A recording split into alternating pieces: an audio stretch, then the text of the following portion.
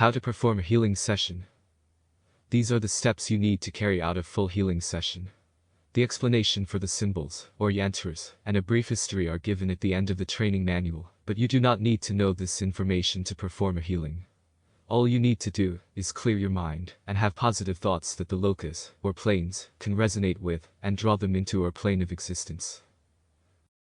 There are many ways one can perform a healing session, but we will give the method most traditional Aaiyanists would use. We will first start at the feet and move up through the legs and body to the head, and then work back down the body to end at the feet once more. The client, or person who receives the healing, will lie down flat, facing up initially, and then face down for the second part of the session. But all will be explained in the training below.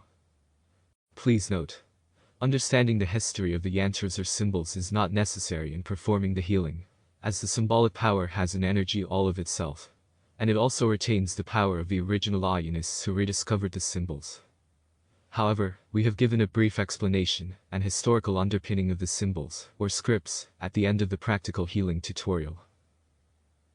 The setup. There are two ways the healing can be performed. The first way is that the healer will physically touch the client and trace the symbols on the client's skin. If the client does not feel comfortable being touched, then you can proceed with healing by tracing the symbols a few centimeters above the skin. The client does not have to take their clothes off, but if this is a touch session, the Aaiyyanist healer must have access to the skin, so loose-fitting clothes are recommended, such as pajamas or robes. The Aaiyyanist healer will not place their hands on any personal or private areas of the body, and these areas should be covered up at all times. This is due to powerful resonant energies in an Aaiyyanist healing. The energy will travel naturally to those regions anyway. However, directly touching those regions will cause an influx of energy buildup, as many ancient Aaiyanists found.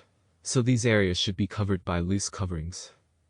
Also, in many cultures outside of the Aaiyyanist culture, it would be very inappropriate to place hands on any personal areas.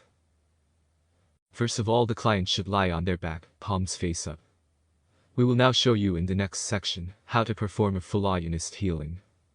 If you want to specialize in healing a particular part of the body, just go to that section of the course, but we do recommend giving your client a full healing whenever possible.